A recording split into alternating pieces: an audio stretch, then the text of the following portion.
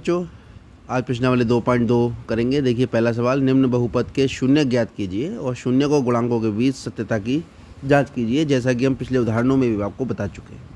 तो ये द्विघात बहुपद हमें दिया x² - 2x - 8। तो हम सबसे पहले इसे गुणनखंड करेंगे। मध्य पद को दो भागों में विभाजित करना पड़ेगा। आप देख रहे हैं अचर पद यहाँ पर 8 है और इस अचर पद का निशान माइनस का है। तो 8 के ऐसे टुकड़े जो घट के 2 आ जाएँ, 4 दूनी 8। तो हमने यहाँ 2 की जगह 4 - 2 लिखा और माइनस जब ब्रैकेट के अंदर जाएगा तो हमारे पास ये पद आ जाएगा x² - 4x + 2 - 8। क्योंकि यहाँ 2 को हमने -4 + 2x लिख लिया है। 4 में से 2 घटाएंगे, 2 बचेगा माइनस का। इन दोनों के जोड़े बना के हमने जब इनमें कॉमन लिया तो कॉमन लेने के बाद हमारे पास ये स्थिति आ गई और इसमें इसके शून्य हमने निकाल लिए, क्योंकि x + 4 गुणा x - 4 x - 4 × x + 2 = 0 है। तो x - 4 = 0 और x + 2 = 0 जब रखेंगे तो यहाँ से x का मान 4 और -2 निकल आएगा, जो इसके शून्य होंगे। यानी पहला मान 4 है, दूसरा मान शून्य का -2 है। अब हम शून्य को गुणांकों के बीच संबंध निकालेंगे। इसके लिए हम क्या करते हैं भाई, आपको मालूम है शून्य को योग कितना होता है -b/a और शून्य का गुणनफल कितना होता है c/a। किस में होता है ax² + bx + c में। तो x² का गुणांक a होता है, x² का गुणांक यहाँ पर 1 है तो a का मान 1 हो गया। b का मान x का गुणांक आप देख रहे हैं यहाँ 2 है तो b का मान -2 हो गया और c का मान अचर पद 8 है। तो आप देख रहे हैं अचर पद इस बहुपद में 8 है तो ये 8 हो जाएगा। अब हमने निकाला शून्य को का योग। शून्य को का योग कितना है देखते हैं। शून्य का आए थे 4 और -2, 4 में से 2 घटाएंगे, 4 + -2 यानी 2 और -b/a। b का मान है -2 और a का मान है 1। जब हमने यहाँ पर इसको रखा b का मान और a का मान, तो हम देख रहे हैं LHS RHS के बराबर आ गया। ये एक दूसरी विधि है। उदाहरण हमने अलग तरीके से आपको कराया था, उसकी भी विधि आपको बताएंगे, वो आप उदाहरण से देखकर समझ सकते हैं पिछले वीडियो में। शून्य को का गुणनफल है c/a। शून्य है 4 और -2, 4 दूनी -8 और c है -8/1 और ये देखिए LHS RHS के बराबर आ गया। दोनों स्थितियों में संबंध सत्य है। अब बहुपद हमारा x में ना होकर बहुपद हमारा s में है। तो अब मध्य पद है इसका -4s। अब क्या करें, 4 × 4 के ऐसे टुकड़े जो जुड़ के 4 आ जाएं, 2 दूनी 4। ठीक है, तो इस जो बीच में s का गुणांक 4 है इसको 2 + 2 लिख देंगे और माइनस जब इसके अंदर डालेंगे तो हमारे पास 4x² - 2s - 2s + 1 आ जाएगा।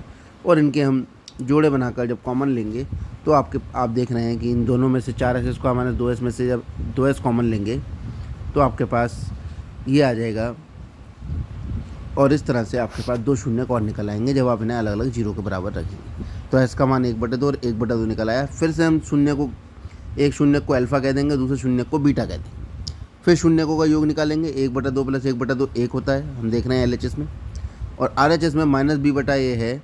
a b c का मान कहाँ से आता है, a b c का मान यहाँ से आएगा। ये जो बहुपद दे रखा है, s की घात 2 का गुणांक 4 है, s का गुणांक -4 है और c का गुणांक अचर पद c है। तो a 4 b -4 और c 1 आएगा, वही यहाँ पर इसने ले लिया। 2 घात वाला है चर, उसका गुणांक a होता है। 1 घात वाला चर है, उसका गुणांक 1 होता है, b होता है और अचर पद c होता है। ये हर सवाल में आप ऐसे करेंगे जैसे हमने पिछले दोनों सवालों में किया है। और फिर इस प्रकार मूलों का गुणनफल भी निकाल लेंगे और c/a मान लगाया, हमने देखा LHS RHS के बराबर आ गया। इसी प्रकार आप देख रहे हैं, मैं यहाँ स्क्रॉल कर रहा हूँ, ये सारे सवाल इसी प्रकार हल हो रहे हैं। देखिए ये अच्छा सवाल है, चौथा वाला, 4u² + 8u।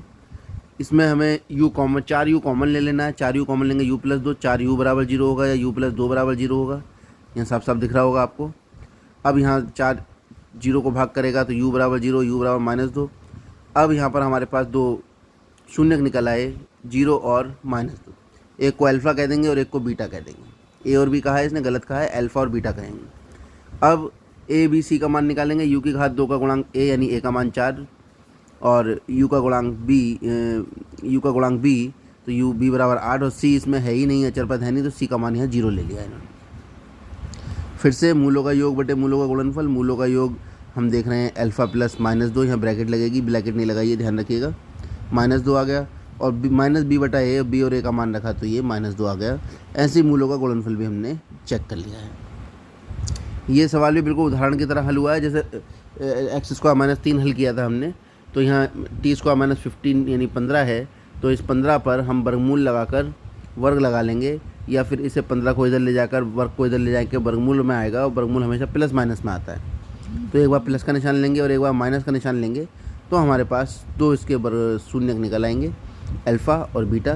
गुणांक हमारे पास ए बी सी, टी की घात 2 का गुणांक ए, बी टी है ही नहीं एक घात वाला, तो बी का मान शून्य हो जाएगा और सी का मान -15। और वैसे ही बिल्कुल सेम शून्यकों का योग और शून्यकों के गुणनफल को हम वेरीफाई कर लेंगे। ये आप देख रहे हैं सवाल, ये सवाल आप स्वयं करेंगे।